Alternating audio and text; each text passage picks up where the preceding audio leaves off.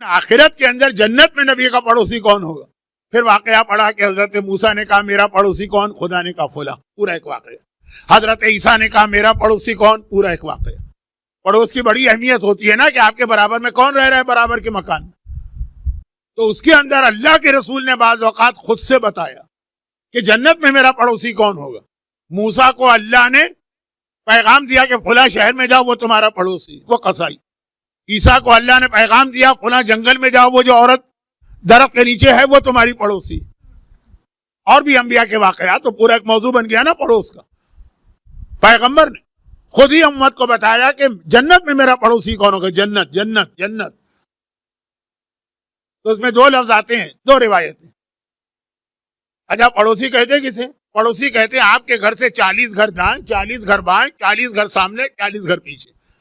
کیونکہ آپ کہیں گے کہ بھئی پڑوسی تو ایک ہوگا، تو پیغمبر نے یہ 2-3 کیوں بتا دیے؟ نہیں، 40 گھر۔ البتہ یہ بھی لفظ 40 جو میں نے کہا نا، کل داڑھی 40 قدم سے نظر آئے، 40 سمجھانے کے لیے ہوتا ہے، لیکن اطراف کے گھر۔ ایک روایت وہ ہے انا وکافل الیتیم کا ہاتین، یہ بھی وہ حدیث ہے جس میں پیغمبر نے خالی زبان سے نہیں کہا، کچھ دکھا کے کہا، 2 انگلیاں ملائی، میں اور یتیم کی پرورش کرنے والا کا ہاتین اس طرح جنت میں ساتھ ہوں گے جیسے یہ 2 انگلیاں ساتھ۔ اللہ کے رسول آپ کس یتیم کی کفالت کی بات کر رہے ہیں؟ کسی بھی مسلمان کا کوئی یتیم ہو، بلکہ غیر مسلم کا بھی۔ تو آپ کے گھر کے جو یتیم ہیں ان کو میدان کربلا اور میدان شام میں کیا امتحان دینا پڑا؟ آخری مجلس کا وقت ختم ہوتا ہے، یہاں سے ربط مصائب بھی بنتے لیکن چھوڑ۔ اور دوسرا کہا کہ جس نے 4 بیٹیاں پال کر ان کی شادی کی اور اپنے گھر سے عزت و آبرو سے رخصت کی، میں اور وہ جنت میں پڑوسی۔ دنیا میں کتنا بڑا بوجھ، ایک بیٹی بوجھ ہوتی ہے باپ کے لیے، اس کی زندگی گزر جاتی، اور کہاں 4 بیٹی۔ اور پھر باپ اور بیٹی کا رشتہ سے سمجھ میں پھر بھی آتا ہے کہ باپ واقعاً بیٹیوں کے لیے قربانی دیتے ہیں۔ مولانا ہم اپنے لیے تو نہیں کما رہے نا، ہمارا گزارا تو ایک معمولی تنخواہ میں بھی ہو جاتا ہے۔ ہماری 2 بیٹیاں، 3 بیٹیاں، ان کی شادی کرنا ہے، ان کا انتظامات۔ کتنے لوگ ایسے ہیں صحراؤں میں اپنا خون جلاتے ہیں، پسینہ، محنت، پسینہ، یہ سب اپنے لیے نہیں کرتے، ان کا گزارا تو ہو جائے گا۔ لیکن ہمارے پاس دوسری ایک روایت بھی آتی ہے کہ باپ اور بیٹی کا تو ایک رشتہ ہے باہر، بھائی اور بہن۔ ہمارے یہاں ہیں ایسے نیک اور سعادت مند بھائی جو اپنی بہنوں کی شادی کی خاطر اپنی شادی کو ڈیلے کر دیتے ہیں۔ لیکن آج کا زمانہ آپ کو پتا ہے نا کہ کیا کہتے ہیں، سفید خون سفید ہو گیا۔ آج کا زمانہ جب لوگ والدین کو یاد نہیں رکھتے، بہنوں کو کون یاد رکھے؟ بھائی بہن کا رشتہ بھی، اب آپ جو میری مجلس کے شروع میں ہے نا وہ سمجھ رہے ہوں گے کہ تقریر کس بھائی بہن کے رشتے کی جانب جا رہی، لیکن پہلے یہ ایک ذمہ داری ہے بھائیوں۔ اتنا بوجھ بھی بہنیں نہ ڈالیں کہ بھائی بیچارہ مر جائے، اور ایسا بھی نہیں ہے کہ بھائی پہچانے ہی نہیں اپنی بہنوں۔ اچھا یہ جو اب 40 کی آپ نے زیارت کی ہے یا کبھی اس سے پہلے کی ہے، تو 40 کی زیارت کے حوالے سے جیسے ہی زیارت کا لفظ آتا ہے، 40 کی زیارت، آپ کے ذہن میں کیا نام آتا؟ جابر ابن عبداللہ انصاری۔ 40 کی زیارت اسلام میں آئی ہے جابر ابن عبداللہ کے ذریعے سے، کربلا کے یہ پہلے زائر، اور 40 پہ یہ کربلا پہنچے۔ فقط آپ کو ذرا سا دنیا کی خبر بھی دے دی جائے، اگرچہ آپ اس سے بہتر جانتے ہیں کہ آپ الحمدللہ بہت اچھی جگہ بیٹھے، بہت سارے فتنے یہاں آتے ہی نہیں ان علاقوں میں۔ پورا یورپ اور امریکہ اس وقت ہمارے ممبروں پر، اور خاص طور پہ جو انگلش اسپیکر ہوتے ہیں، ایک بلا وجہ ایشو جیسے ہی 40 تاریخ قریب آئی بحث چھڑ جاتی۔ کیا دنیا اور آخرت کے سارے مسئلے حل ہو گئے کہ اسی پر تم لگے ہوئے؟ اور یہ میں بتا دوں کہ یورپ اور امریکہ میں جو انگلش اسپیکر ہیں نا، انگلش میں جو تقریر کرتے ہیں، سوائے چند کو چھوڑ دو، وہ زیادہ تر انڈیا اور پاکستان کی آزاداری کو کرٹیسائز کرتے ہیں۔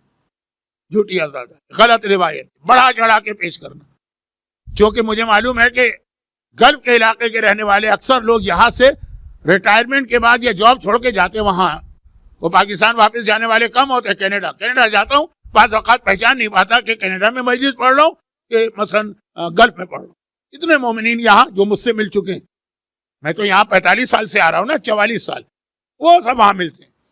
تو یہ وہاں کا بہت بڑا فتنہ. اور میں اکثر کہتا ہوں کہ کیا ضرورت ہے اس مسئلے پہ بحث کرنے کی، کون سا دنیا اور آخرت کہ اہل بیت کربلا آئی ہی نہیں. شام سے رہا ہونے کے بعد اہل بیت کربلا آئی نہیں ہے. انڈیا کی روایت ہے، پاکستان کی طرف سے جھوٹی ایک حدیث بنائی گئی ہے. یہ ہمارے علماء، یہ ہمارے ذاکرین رلانے کے لیے الٹی سیدھی باتیں. یہ ممبر اور یہ بچے جنہیں کچھ اپنی ہسٹری نہیں پتا، یہ تو پھر بھی اردو سمجھ رہے ہیں.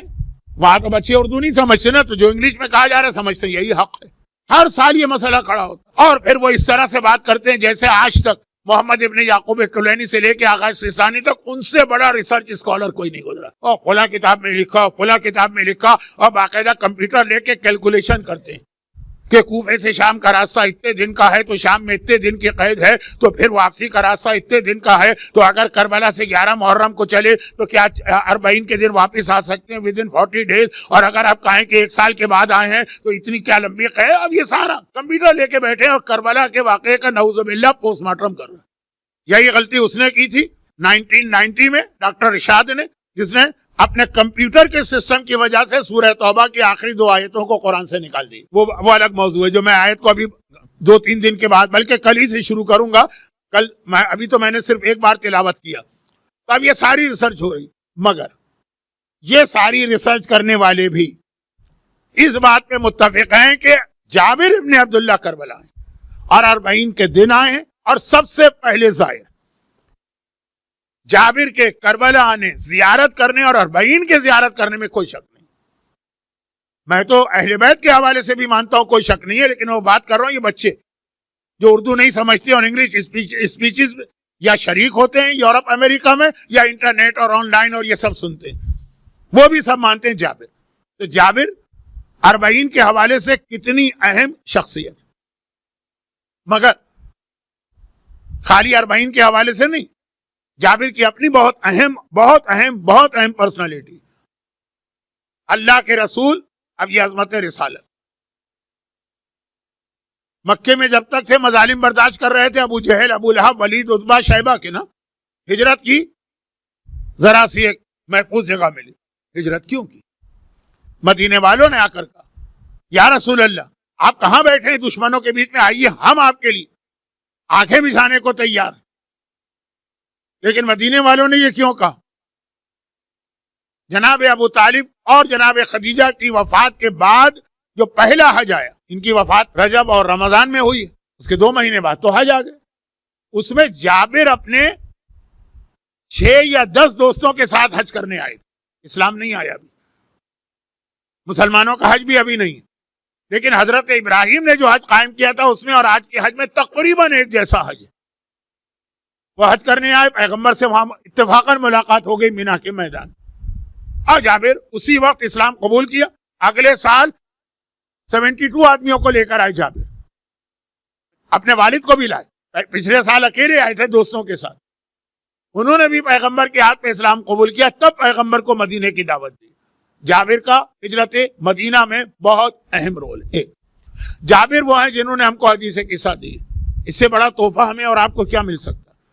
جہاں یہ حدیث قصہ پڑھے ہم بیٹھے ہیں، ہمیں چاروں طرف سے ملائکہ گھیرے میں لے لیتے ہیں. حفت بہم الملائکہ واستغفرت لہم الی ان یتفرقوا، گناہ ہم نے کیے ہیں، ہمارے بیاف پہ توبہ ملائکہ کر رہے ہیں. یہ حدیث قصہ کا تحفہ ہے نا. اور اس کے بعد یہ کہ ہر مصیبت، ہر پریشانی بھی دور ہے اور ہر حاجت بھی قبول ہے. تو یہ کس کے ذریعے ہم تک پہنچا؟ یہی جابر.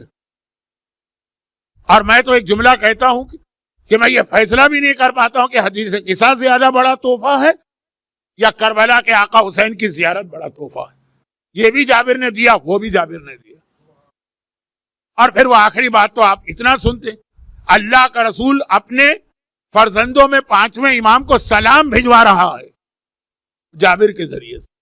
اور بہت سارے صحابی بھی تھے نا، لیکن خاص جابر کا انتخاب کیا کہ جاؤ جا کے میرے اس بیٹے کو سلام پہنچاؤ. اور جابر پریشان تھے، بہت عمر ہو گئی تھی، 80 سال سے زیادہ. ایسا نہ ہو کہ اس سے پہلے میں مر جاؤں، لیکن اطمینان بھی تھا. جب رسول نے کہا سلام پہنچاؤ تو یقیناً زندہ رہوں گا. وہ جابر کے حالات میں پڑھیے. یہ جابر جو ہے نا ان کا ایک واقعہ. اب یہ سارے تو جابر کے فضائل تھے. پیغمبر کو دعوت دینے والے، مدینے کی حکومت قائم کرانے والے، پیغمبر کی ہجرت کا سبب بننے والے، حدیث قصہ کے راوی، کربلا کے پہلے ظاہر، پانچویں امام کو یہ سارے فضائل ہیں نا. اب آئیے جابر کی سیرت کا ایک اہم واقعہ سنیں. وہ ہے سیرت جس کے ذریعے سے جابر اتنے بلند ہیں، یا یہ کہیے کہ جابر اتنے بلند ہیں تو واقعہ بھی اہم ہے. وہ کیا؟ اللہ کے رسول ایک سفر پہ گئے. پیغمبر کی ایک عادت تھی کہ عام جو سفر ہوتے ہیں، جنگ والے نہیں، عام جو سفر. پھر میں بتا دوں کہ میری ساری تقریر پیغمبر کے واقعات کے اندر کیونکہ یہ تاریخ ہے. وہ تو پیغمبر کی عادت تھی کہ عام طور پہ جب قافلے چلتے تھے تو پیغمبر پیچھے رہتے تھے. اسی وجہ سے جو امام جماعت کے لیے حکم ہے کہ جب نماز پڑھاؤ تو مسجد کے آخری نمازی تک کا خیال کر کے پڑھاؤ کہ تم جو نماز پڑھا رہے وہ تمہارا ساتھ دے سکے گا.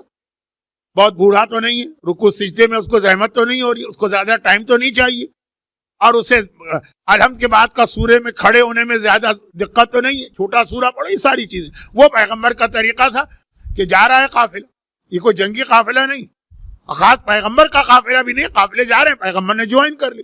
پیچھے رہتے، کوئی بوڑھا رہ جائے، کوئی بیمار ہے، کوئی سوتا ہوا نہ رہ جائے، آخر میں چیکنگ کر کے جاتے. رات کا اندھیرا.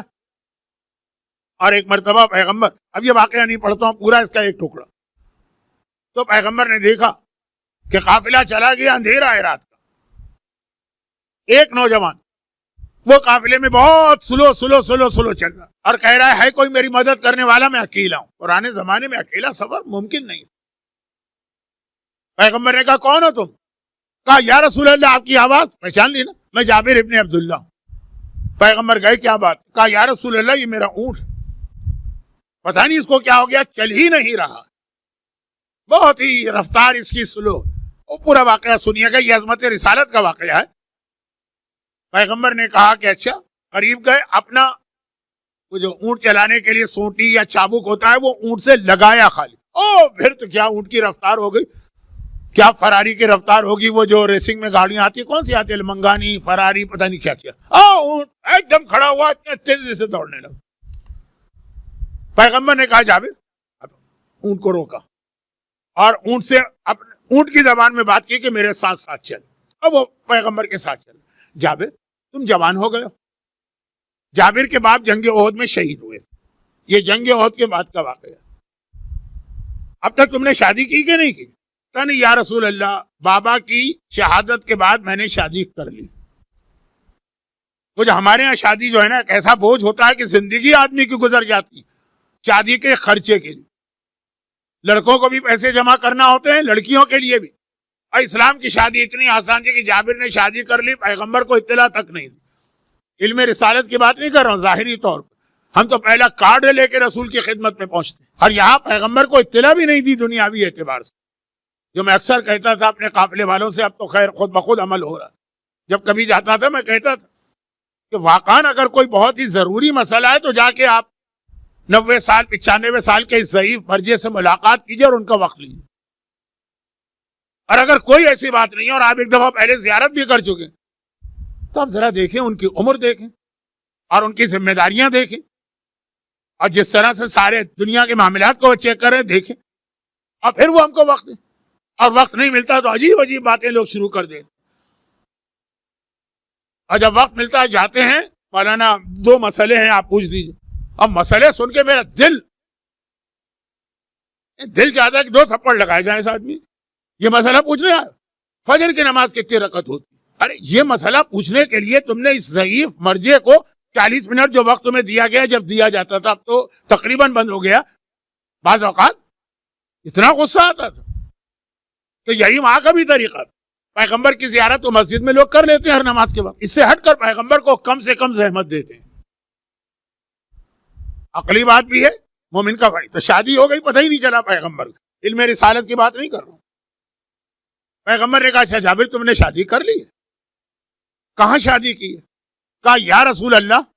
پیغمبر کا آخری جملہ تھا کہ جتنی شادی، یہ الفاظ میرے ہیں مفہوم پیغمبر، جتنی شادیوں کی مجھے خبر ملی ہے ان میں یہ بہترین شادیوں میں سے ایک شادی. کیوں؟ وہ جملہ سنی. جابر شادی کر لی، کہاں شادی کی؟ کہا یا رسول اللہ فلاں قبیلے کی فلاں عورت. جابر جوان ہے، پہلی شادی ہے یہ جابر، اور جس عورت کا نام لیا اس کی عمر بھی جابر سے زیادہ، اور آلریڈی وہ شادی شدہ تھی، بیوہ ہو چکی۔ اب عام جو مزاج ہے نا نوجوانوں کا، وہ ہر ایک کو چاہتا ہے نا کہ بالکل نہیں، میں بےہودہ جملہ نہیں کہنا چاہتا، لیکن بہرحال کم سن لڑکی ملے، اور مثلا یہ ہے کہ وہ غیر شادی شدہ ہو، ٹھیک ہے، کوئی گناہ اس میں نہیں ہے، لیکن ذرا جو پیغمبر ہمیں اور آپ کو پیغام دینا چاہتے ہیں، جابر وہ لڑکی تم سے عمر میں بڑی، عورت کہیے کیونکہ شادی شدہ تھی، آلریڈی بیوہ ہو چکی، اور بیوہ بھی ہے، تم کو تو ایک سے ایک کنواری لڑکیاں مل سکتی تھی، تم نے یہ شادی کیوں؟ جابر کا جواب تھا کہ یا رسول اللہ، میرے بابا کی شہادت جنگ احد میں اچانک ہو گئی، پیغمبر نے ان دو کو ساتھ دفن کیا تھا نا، جابر کے والد اور جابر کے پھپھا، یعنی ان کے والد کے بہنوئی ایک قبر میں دونوں ہیں، جو قبر کھودی تھی ایک دفعہ حاکم شام کے زمانے میں میتیں نکلی تھی، یہ دونوں ساتھ کا بابا کی شہادت ہو گئی ہے، میری 7 بہنیں ہیں اور میں ایک بھائی ہوں اکیلا، 7 بہنوں کا اکلوتا بھائی، عمر میں بڑا ہوں، ساری مجھ سے چھوٹی، میں نے دیکھا کہ میں مرد، اب یہ بچیاں ہیں، ان کو پالنا ہے، عورتوں کے بہت سارے مسائل ہوتے ہیں جو بہن اور بھائی کے درمیان بھی ڈسکس نہیں ہو سکتے، باپ اور بیٹی کے درمیان، اگر میں کسی کم سے لڑکی سے شادی کروں تو کیا میری بہنوں کو پالے گی؟ وہ خود اتنی چھوٹی ہوگی کہ ابھی اس کو ٹرین کرنا ہوتا ہے، اب یہ میری بہنیں ان کے لیے مسئلہ بن جائے گا۔ میں نے اپنی بہنوں کا خیال کرتے ہوئے کہ ان کو ایک میچور، ایک تجربے کار عورت کی ضرورت ہے سرپرستی میں، اپنے سے، اب یہ نہیں کہہ رہے کہ جابر میں 20 سال کا ہوں تو میں نے 120 سال کی عورت سے شادی کی ہے، لیکن 2 سال 4 سال ذرا بڑی، ذرا تجربے کار، تاکہ میری بہنوں کو جو ماں جیسی ایک سپرویژن چاہیے وہ ان کو مل جائے، اس لیے میں نے شادی کی۔ بھائی قربانی دے رہا ہے اپنی بہنوں کی شادی کی خاطر، اچھا یہ کوئی بہت بڑی قربانی تو نہیں ہے، لیکن ہے بڑی قربانی کا میرا مطلب کیا تھا کہ معلوم ہے کوئی بہت غلط سلط عورت سے شادی کر لے، لیکن عمر میں بڑی ہے، کتنی دیکھیے سمجھدار، یہ خاتون کتنی سمجھدار۔ پیغمبر نے جب یہ سنا 7 بہنوں کا مسئلہ کہ بہنوں کی وجہ سے بھائی نے اپنی شادی میں اپنی پسند و ناپسند کا خیال نہیں کیا، بہنوں کا خیال رکھا۔ ہمارے یہاں تو جو آتی ہے بھاوج، وہ پہلا کام ہی کرتی ہے بہنوں کا پتہ کاٹتی ہے، اور بہنیں بھی بعض اوقات اتنی وہ شیطان کے خلائیں ہوتی ہیں، خیر تو وہ تو ایک الگ مسئلہ، لیکن یہاں پہ جو بات مجھے کہنا کہ جابر نے انتخاب کیا، خالی یہ نہیں دیکھا عمر زیادہ بیوہ، یہ دیکھا میچور ہے، عقل مند ہے، تجربے کار۔ اب ذرا اس خاتون موضوع ذرا سا بدل گیا، لیکن سن لیجیے، پیغمبر نے کہا جتنی شادیاں میں نے سنی ہیں ان میں ایک بہترین شادی ہے جہاں پہ اپنے نفس کا خیال کم رکھا گیا، اپنے خاندان اور بہنوں کا خیال زیادہ رکھا گیا۔ میں جانتا ہوں اس مجمع میں ایسے نوجوان ہیں جو صرف اپنی بہنوں کی شادی کی خاطر بڑی زحمتیں اٹھا کے گرمیوں میں خون پسینہ ایک کر کے پیسے جمع کر رہے تاکہ بہنیں ان کی سکون کے ساتھ رخصت ہو جائیں، لیکن خالی، میں نے کہا نا کہ خالی یہ نہیں ہے کہ بھئی مولانا نے واقعہ پڑھ لیا اب تو ہم کو ڈھونڈنا ہے کہ کوئی بڑی عمر کی عورت دیکھنا ہے چاہے کوئی بھی مل جائے، نہیں، یہ دیکھنا ہے اس کی عقل بھی دیکھنا۔ اب ذرا اس کی عقل مندی دیکھی، اور یہ واقعہ جو آپ سنیں گے نا یہ امام زمانہ سے ذرا سے جا کے ملے گا، لیکن بعد میں، ابھی نہیں، بعد کب؟ شب جمعہ میں امام زمانہ پہ بات کرتا ہوں نا، منگل اور بدھ 2 راتوں کے بعد،